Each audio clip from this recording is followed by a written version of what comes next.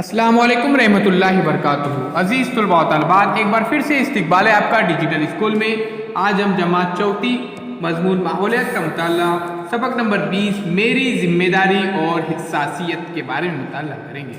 उससे पहले digital school को सब्सक्राइब कीजिए, लाइक कीजिए, इस वीडियो को ज़्यादा से ज़्यादा प्यारे बच्चों शेयर कीजिए, कमेंट्स बॉक्स में अपने कमेंट्स ज़रूर दीजिए। प्ले स्टोर में जाइए और डिजिटल स्कूल इस एंड्रॉयड ऐप को आप ज़रूर डाउनलोड कीजिए, बिल्कुल फ्री है। इसमें तमाम मज़ामीन के वीडियोज़ अपलोड किए गए हैं।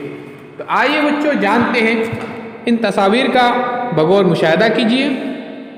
दीबा की सालगिरह है प्यारे बच्चों आज। उसने अपनी सहेलियों को घर पर दावत की है। उनके आने पर दीबा ने ऊंची आवाज़ में गाने बजाना शुरू किए। तो जैसे ही गाने बजाने शुरू किए इतने में पड़ोस के घर के दादाजी आए। दादाजी ने दीबा को गाने की आवाज़ कम करने के लिए कहा। उनको हाई ब्लड प्रेशर का मर्ज था। तो यहाँ पर दादाजी रिक्वेस्ट करते, गुजारिश करते हैं। तो दीबा के घर में होने वाली ऊंची आवाज़ की वजह से दादाजी के दिल की धड़कन बढ़ गई और उन्हें तकलीफ होने लगी। दादाजी को तकलीफ न हो इसलिए दीबा ने फ़ौरन गाने की आवाज़ कम कर दी। तो प्यारे बच्चों, यहाँ पर दीबा ने अपनी गलती कबूल कर ली। ध्यान में रखिए, हमेशा आवाज़ कम रखिए, किसी को तकलीफ़ मत दीजिए। उसके बाद देखिए यहाँ पर जो बच्चा टीवी देख रहा है, दादी उसके सामने है। इससे बच्चा जो टीवी देख रहा है उसका नाम है राहिल। तो राहिल की दादी अम्मा रोज़ाना स्कूल से आने तक का उसका इंतज़ार करती थी। उसके बाद उसको खाना देती थी। लेकिन यह बच्चा खाना वक्त पर नहीं खाता था। उसको बस टीवी का शौक़ था। वो ये देखता था कब ये खाना ख़त्म हो जाए और मैं जाकर सुकून से कार्टून देखूं। इसकी वजह से दादी को बुरा लगता था। अब्बा जान ने जब इस बच्चे को देखे, इसकी हरकतों को देखे तो उसको समझाने के बाद राहिल के बर्ताव में फ़र्क आया और दादी के साथ और मोहब्बत से रहने लगा। तो हम तमाम के घरों या रिश्तेदारों में ज़ईफ़ इंसान होते हैं। वो हमसे मोहब्बत करते, हमसे लाड़ प्यार से पेश आते, लेकिन वो हमारी तरह भाग दौड़ नहीं कर सकते। दुकान से दवा या सामान ला कर देना, ऊंची जगह रखी हुई चीज़ें निकाल कर देना, सुई में धागा परोना जैसे छोटे छोटे काम हम करते हैं, उनकी मदद करते हैं। वो हम वक्त पर कर दें तो उनकी मदद हो जाती है। बुलंद आवाज़ में टीवी या गाने बजाने से उनको कभी कभी बेचैनी महसूस होती है। तो प्यारे बच्चों, इस बात को ध्यान में रखिए। अब इस तस्वीर का यहाँ पर मुशाहिदा कीजिए। ये प्यारे बच्चों एक नाबीना शख्स हैं जो रास्ता यहाँ से क्रॉस कर रहा है, रास्ते से गुजर रहा है। तो आपने रास्ते पर हाथ में सफ़ेद छड़ी लेकर चलते हुए नाबीना शख्स को देखा ही होगा। सफ़ेद छड़ी की मदद से नाबीना शख्स अवामी मकामात पर आसानी से चल फिर सकता है। कुछ इमारतों में लिफ्ट के करीब मंजिल के नंबर ब्रेल तर्ज तहरीर में लिखे होते हैं, इसलिए किसी की भी मदद के बगैर ऐसी इमारतों में नाबीना अफराद किसी भी मंजिल पर जा सकते हैं। स्कूल, कॉलेज और कुछ इमारतों में आपने सीढ़ियों से मुत्तसिल ढलवान रास्ता बनाया हुआ देखा होगा। इस ढलवान रास्ते को रैंप कहते हैं। इसको रैंप कहा जाता है।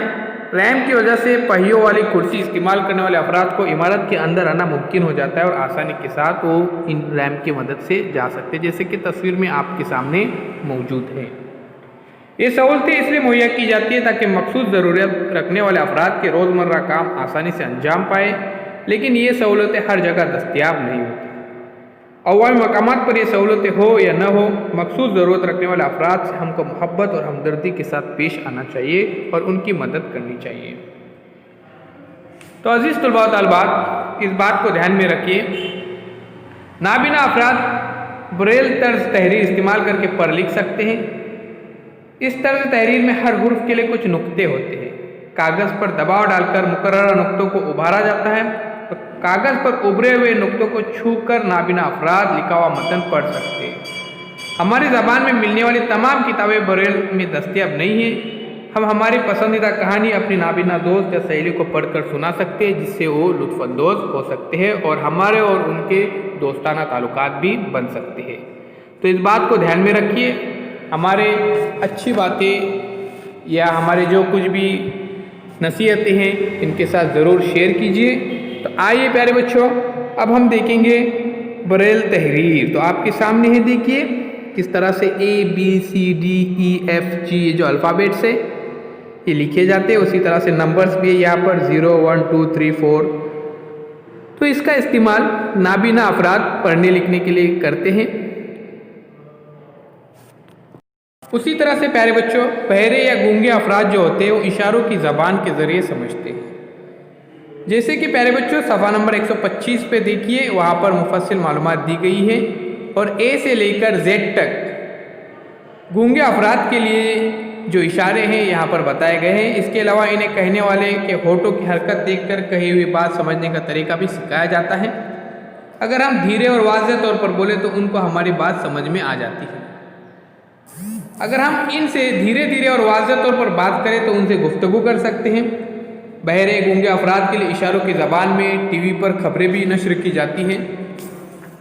तो अज़ीज़ तलबा व तालिबात, इस वीडियो में हमने देखे कि हमारे ख़ानदान और इलाके के अफराद की दिक्कतें समझना, वक्त पड़ने पर उनकी मदद करना हिस्सासियत कहलाता है। हमारे अतराफ़ या ख़ानदान में मौजूद ज़ईफ़ है, मरीज़ और मखसूस ज़रूरतों वाले अफराद के साथ हमें मोहब्बत और हमदर्दी के साथ पेश आना चाहिए। हिस्सासियत की वजह से हमें मदद करने की ख्वाहिश बढ़ जाती है।